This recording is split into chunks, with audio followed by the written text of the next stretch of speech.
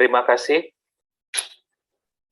Salam dari saya, Sujudartanto, dan saya mengucapkan terima kasih atas kesempatan yang diberikan oleh panitia yang telah mengundang saya di International Forum Art and Culture of Disabled People in Asia 2022.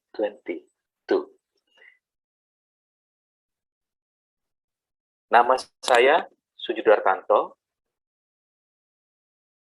Saya kurator, peneliti, dan penulis seni, dan dosen di jurusan dan program studi Tata Kelola Seni, Fakultas Seni Rupa, Institut Seni Indonesia Yogyakarta. Sehari-hari saya mengajar antara lain mata kuliah seperti sejarah seni rupa, teori-teori budaya, semiotika, kritik seni, dan studi kuratorial. Hingga saat ini, saya menjadi bagian dari Dewan Kurator Galeri Nasional Indonesia. Dan tertarik pada karya dan bidang multi interdisipliner, seni, sains, dan teknologi. Sekarang saya meneliti seni dan teknologi blockchain di program doktoral program studi seni pertunjukan dan seni rupa Universitas Gadjah Mada, dan saya sedang menyelesaikan studi itu di program studi tersebut. Selain itu, saya juga menjadi pendiri dan menjalankan Art Scala Project, di mana saya memproduksi terkait dengan proses produksi seni melalui karya dan proyek seni.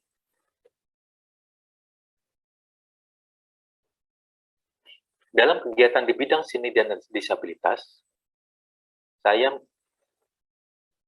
menjadi bagian dari Yayasan Jogja Disability Arts, IDA, di Yogyakarta, dan berinduk di Institut Seni Indonesia Yogyakarta, dan menjadi kurator dan pembicara dalam sejumlah forum seni dan disabilitas. Pernah saya mengkurasi pameran tunggal dari Dwi Putro, Nawa Tunggal, dengan akronim DPNT pada pameran yang berjudul New Abnormal Jogja Gallery Yogyakarta Indonesia tahun 2021.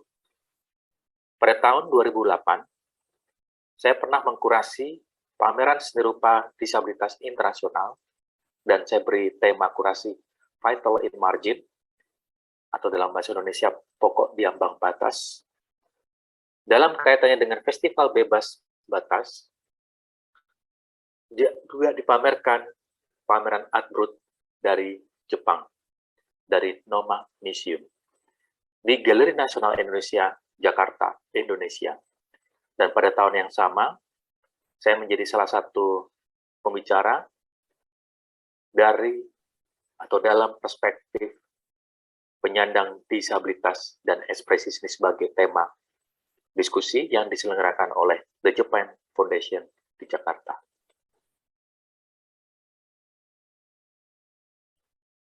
Selain itu, saya pernah menjadi salah satu pembicara internasional pada forum Plurality Art Growth, Contemporary Art, Citizen Art, suatu proyek yang diinisiasi oleh Project Japan dan Thailand di International Research Forum Art Activities of Disabled People in Asia di Bangkok Art and Culture Center di Thailand tahun 2019. Dan menjadi salah satu pembicara pada Disability Art Movement and Discourse, sebuah diskusi seni dan disabilitas yang diselenggarakan oleh Jogja International Disability Arts Biennale yang berlangsung di Galeri RJK Tamsi ISI Yogyakarta tahun 2021. Dan baru-baru ini saya terlibat sebagai moderator dan pembahas di Art and Disability Talks yang berjudul Mental Health and Art Therapy dalam hubungannya dengan Artjog tahun 2022 yang bertemakan Expanding Awareness Yogyakarta, Indonesia tahun 2022. Berikut beberapa visual dari kegiatan yang saya sampaikan di depan. Dan salah satunya adalah pertukaran seniman yang menggunakan media mural. Terlibat seniman disabilitas dan para kolaborator di antara dua negara, yaitu Inggris dan Indonesia, yang disponsori oleh the British Council.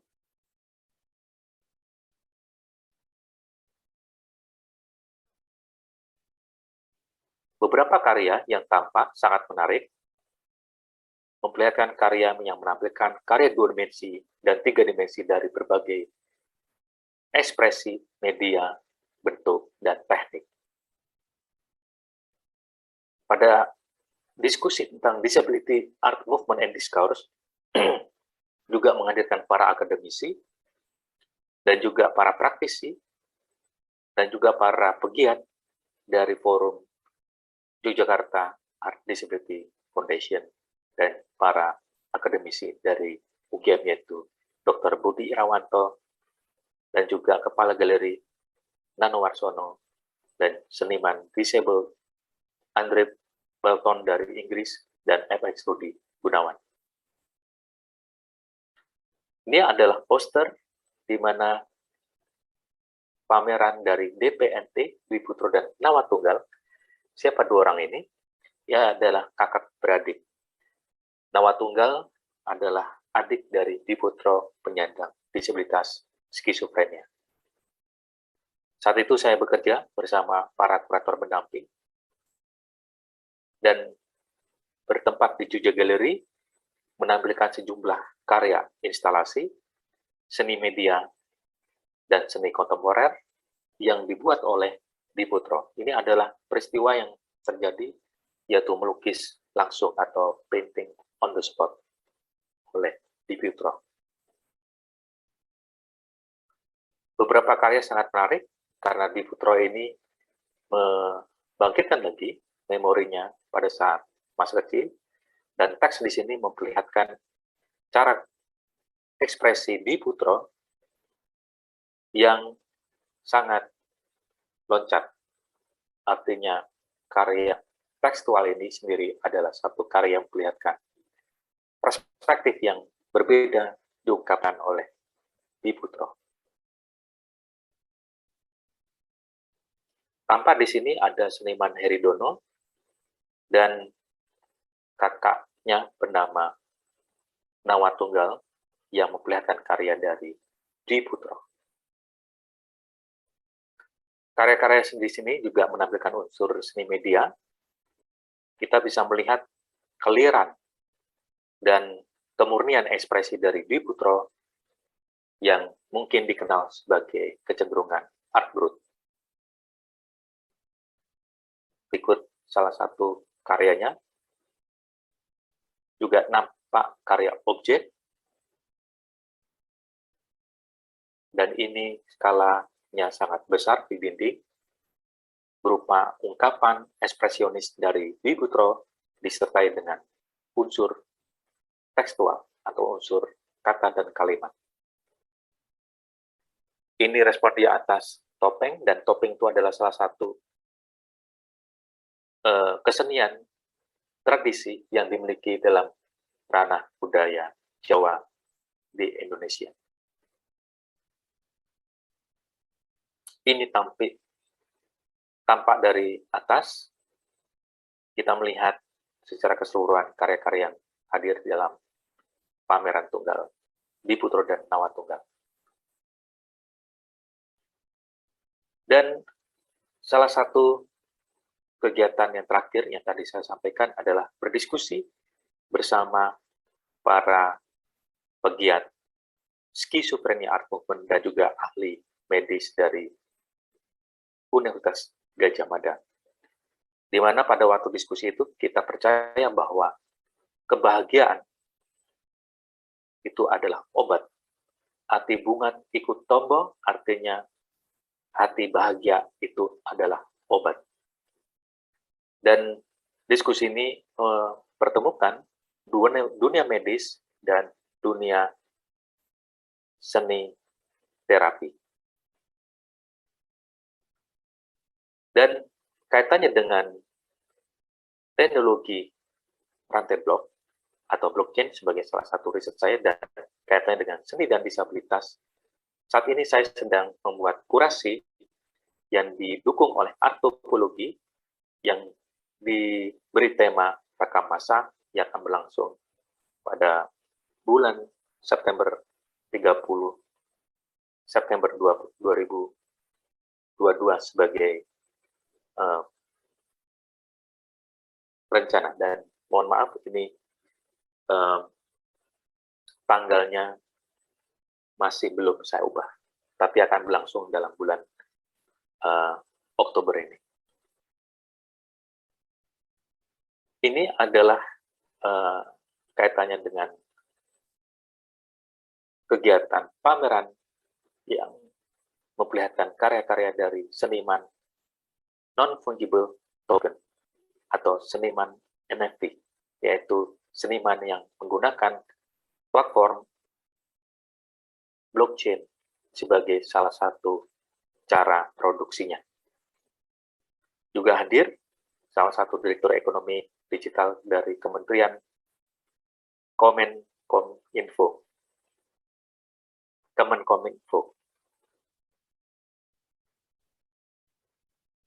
Ini berlangsung di Galeri RJ Katamsi.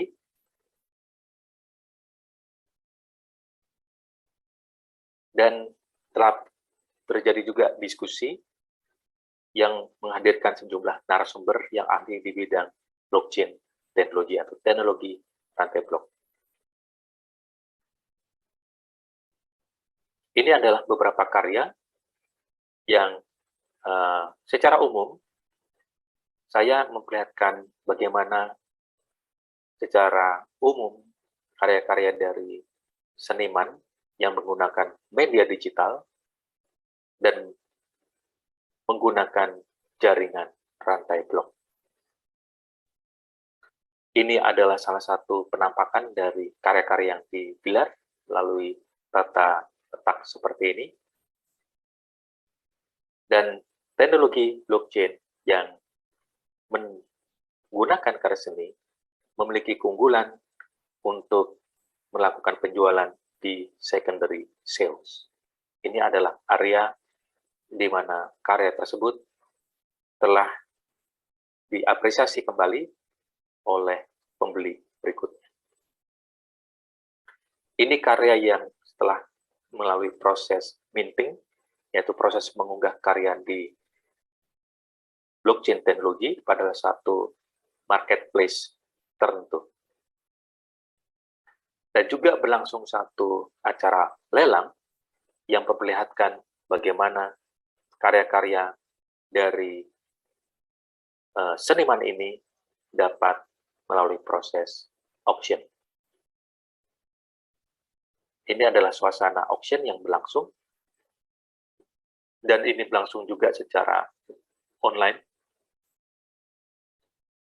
Dan apa yang bisa saya beri komentar tentang penggunaan digital tools dan new media dalam wacana seni dan disabilitas sebagai pemikiran awal dan pengalaman di Indonesia adalah sebagai berikut. Penggunaan digital tools dan new media dalam hal ini teknologi rantai blok penting dalam kaitannya dengan pendidikan, aksesibilitas, pekerjaan, asuransi, dan kesehatan bagi penyandang disabilitas di masa depan. Teknologi rantai blok dapat menjadi alternatif solusi dalam hal itu. Rantai blok adalah anjungan atau platform serbaguna dan dapat diprogram, yaitu dengan sifatnya yang kolaboratif, transparan, dan tidak dapat diubah, dan memungkinkan melalui sistem verifikasi dan memiliki cara untuk memperlihatkan bukti keaslian atas setiap transaksi.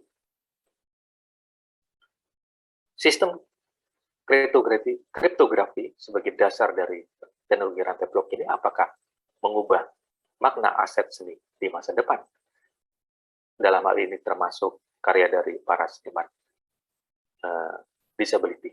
Menurut saya Sangat mungkin. Karena sistem kriptografi, rantai blok blockchain, adalah revolusi pencatatan data. Sistem kriptografi atau rantai blok menghasilkan nomor seri atau serial number yang berbeda atas setiap registrasi data dan juga stempel waktu atau timestamp.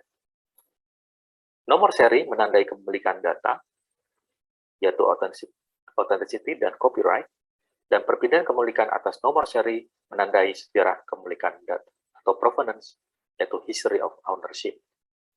Sistem kriptografi melahirkan smart contract yang dapat mendesain sistem pembagian alokasi aset.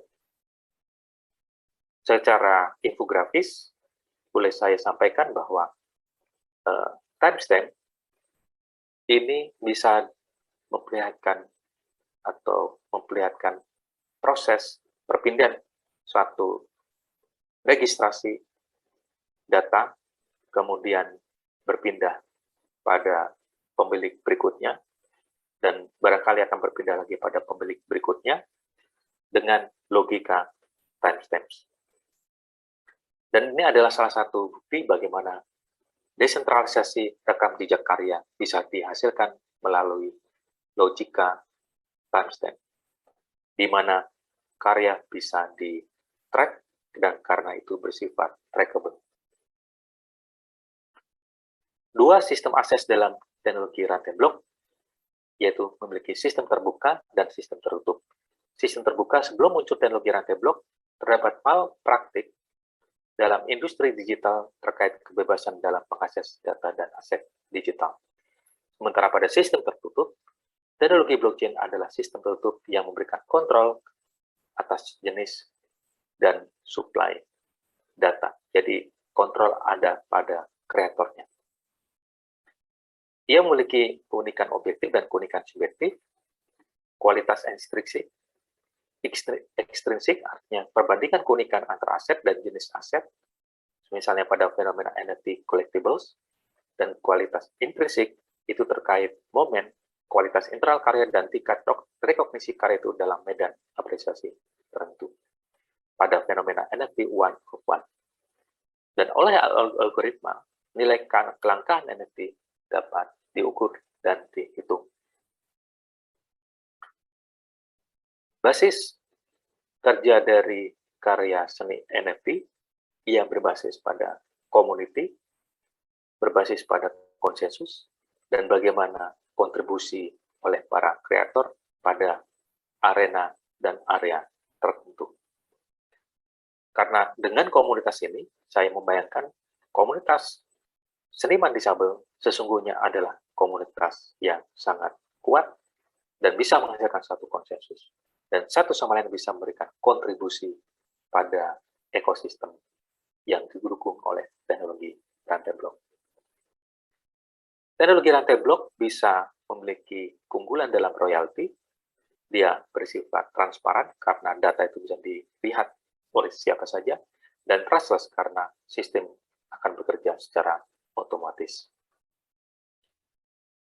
Dan Komisi Eropa tahun 2017 menggambarkan kota pintar sebagai tempat di mana jaringan dan layanan tradisional dibuat lebih efisien dengan penggunaan teknologi digital dan telekomunikasi untuk kebutuhan penduduk dan bisnisnya. Poin saya bahwa teknologi blockchain itu akan mendukung lahirnya smart city, di mana karya-karya dari seniman disability bisa ikut mengambil peran. Sebagaimana dinyatakan oleh Perserikatan Bangsa-Bangsa dalam Konvensi Hak Penyandang Disabilitas tahun 2006, disabilitas dihasilkan dari interaksi antara penyandang disabilitas dan hambatan sikap dan lingkungan yang menghalangi partisipasi penuh dan efektif mereka dalam masyarakat. Poin saya adalah, dengan teknologi blockchain yang bersifat desentralistik ini, maka hambatan ini barangkali bisa diretas dengan adanya partisipasi penuh dari mereka, yaitu para seniman disabilitas. Dengan teknologi rantai blok, persoalan partisipasi dapat diatasi dengan keunggulan rantai blok dalam distribusi data. Rantai blok dapat membantu mendistribusikan karya seni dari penyandang disabilitas. Rantai blok dapat melindungi karya penyandang disabilitas dengan sertifikat yang terregistrasi dalam rantai blok, dan surat pintar atau smart contract dapat dimodifikasi sesuai kebutuhan, misalnya apakah untuk keuntungan penjualan karya seni yang kemudian akan diwariskan. Makna token dalam kasus disabilitas dan seni dapat berupa karya seni, data suatu aksesibilitas, dan narasi tertentu. Demikian presentasi dari saya. Arigato gozaimasu. Thank you very much.